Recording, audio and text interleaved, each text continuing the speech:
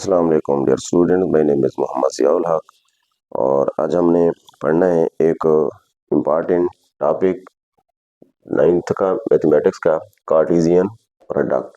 अब Cartesian product क्या होता है? यहाँ पर जो है दो नॉन एम्प्टी सेट होंगे, हम उनका प्रोडक्ट लेंगे। मतलब अगर दो सेट मैंने अगर एल और एम लेट किए हुए हैं तो हम फाइंड करेंगे एल क्रॉस एम। तो इसी तरह अगर हमने दो सेट जो है ए और बी लेट किए हुए हैं तो वहां पे हम उनका फाइंड करेंगे ए क्रॉस बी फाइंड करेंगे। अब यहाँ पर ए क्रॉस बी कैसे फाइंड करेंगे? उसमें हम ऑर्डर पेयर की फॉर्म में लिखेंगे और सेट वाली ब्रैकेट में क्लोज करके लिखेंगे। ऑर्डर पेयर के लिए पीछे जो है हम लोगों ने ये चीज पढ़ी हुई है। ऑर्डर पेयर को जब हम लिखते हैं तो स्मॉल ब्रैकेट में लिखते हैं और दरमियान में कामा होता है, दो एलिमेंट होते हैं। तो फर्स्ट एलिमेंट उसमें जो है होता है एक्स का, जो सेकंड एलिमेंट होता है वो होता है वाई का। अब यहाँ पर देखते हैं कार्टेशियन प्रोडक्ट क्या है। तो सबसे पहले जो है यहाँ पर देखें कार्टेशियन प्रोडक्ट, हम इसकी डिफाइन लिख देते हैं। यहाँ पे हम लिखेंगे let A and B be two non empty set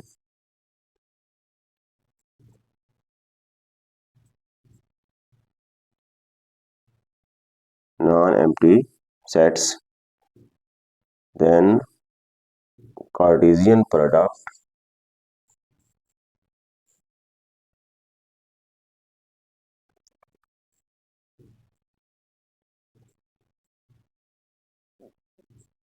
product A cross B. Cartesian product को हम लिखेंगे A cross B is the set of all order pairs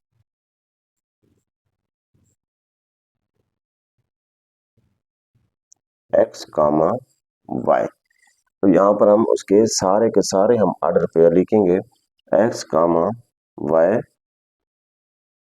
such that x जो है क्या है, x belong to set A and Y belong to set B.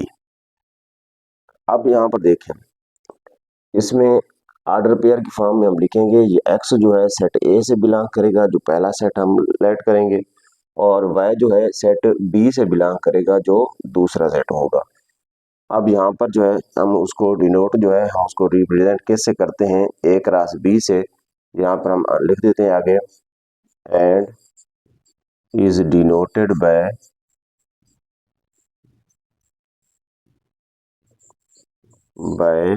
A cross B.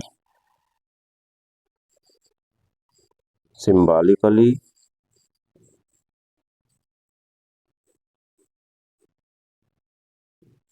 we can write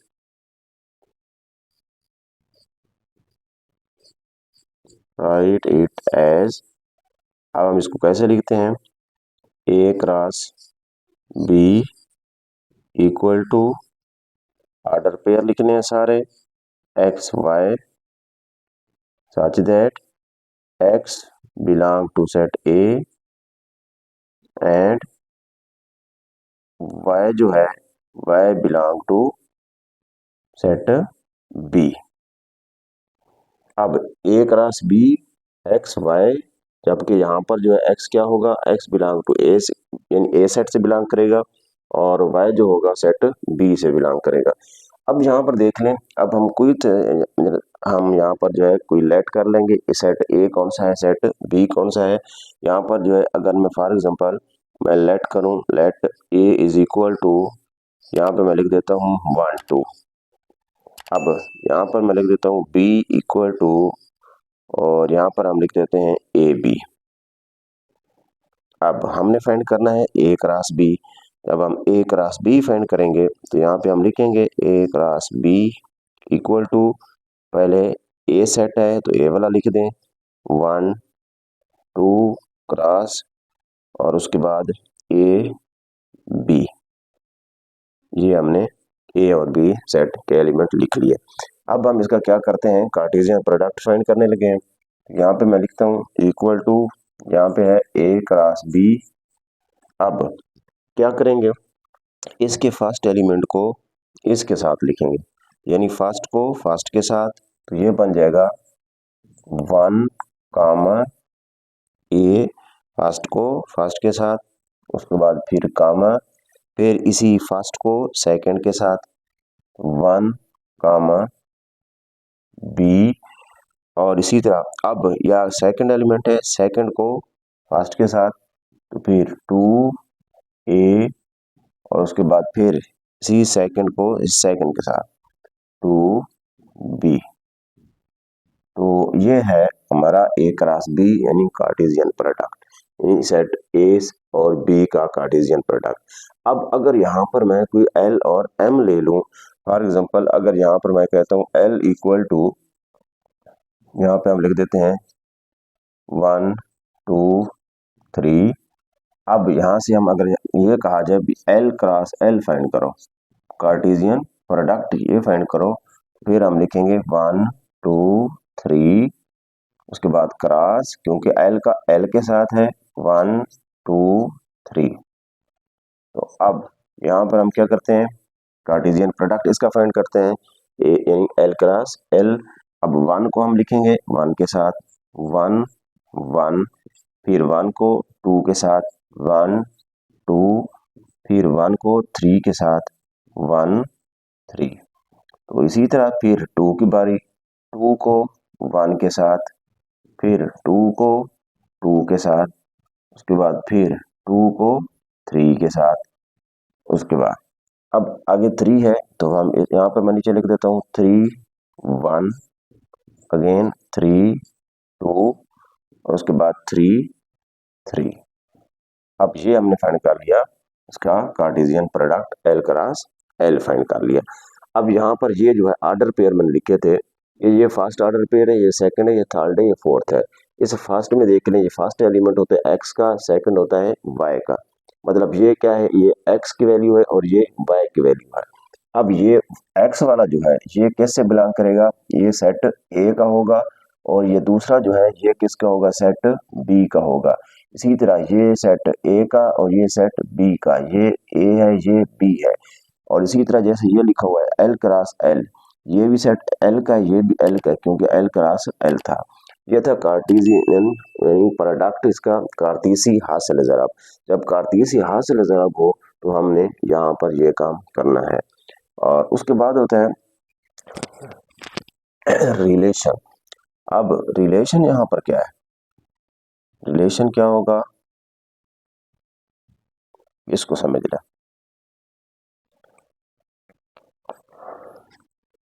अब relation होता है any subset of Cartesian product,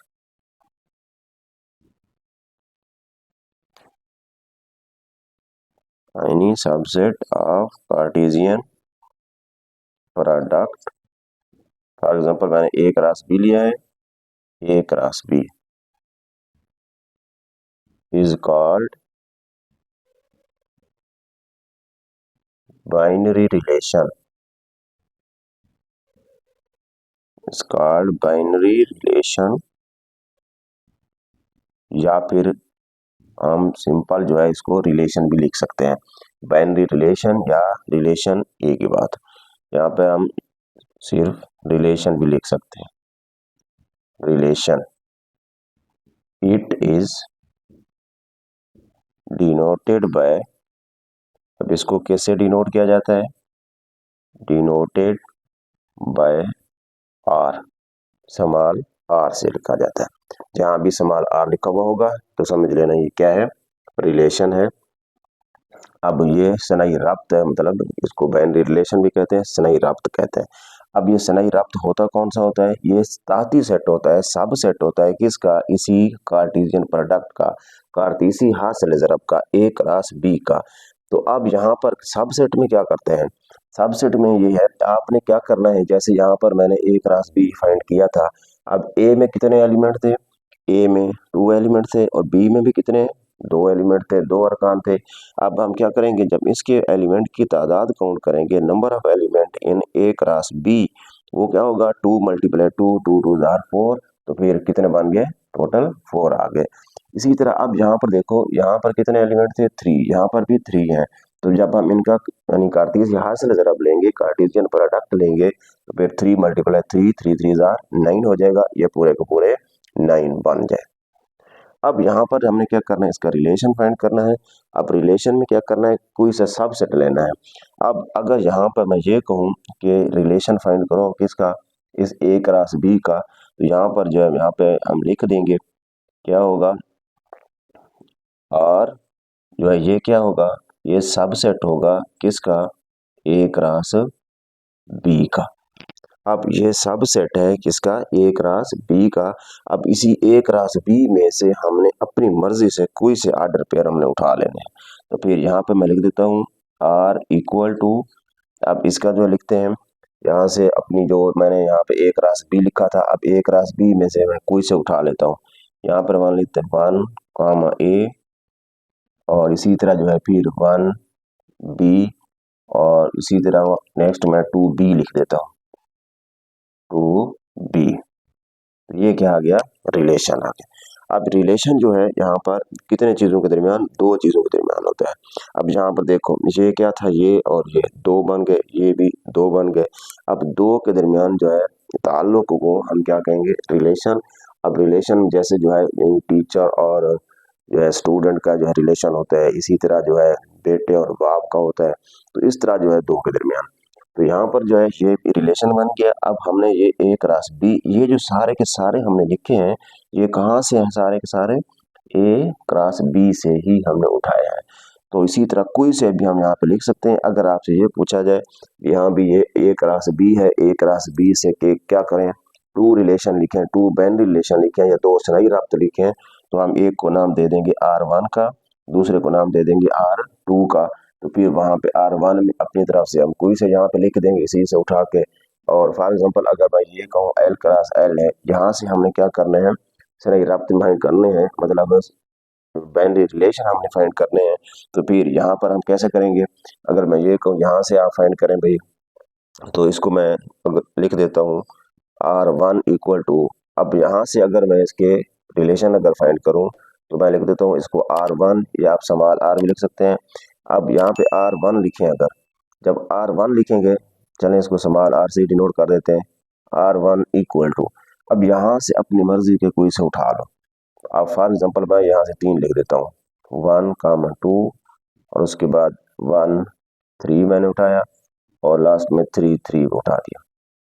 ये order pair बन गए। अब ये बन गया R1, मतलब एक रिलेशन आ गया। अब अगर दूसरा भी फाइंड करना हो, तो यहाँ से अपनी मर्जी के कोई से उठा लें, 2 उठा लें, 3 उठा लें, जितने लिखें, ये हो जाएगा, दूसरा फाइंड हो जाएगा, मतलब R2 फाइंड हो जाएगा।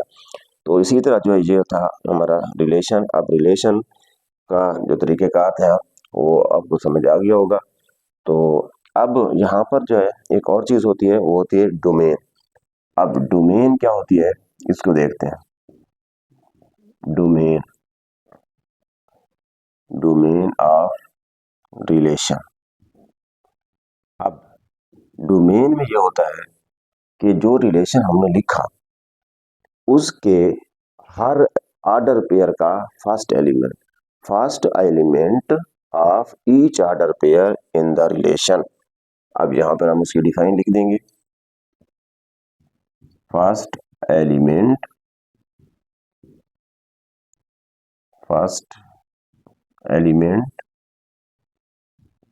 इन each order pair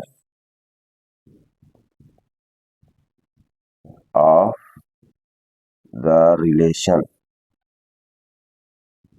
the relation is called domain.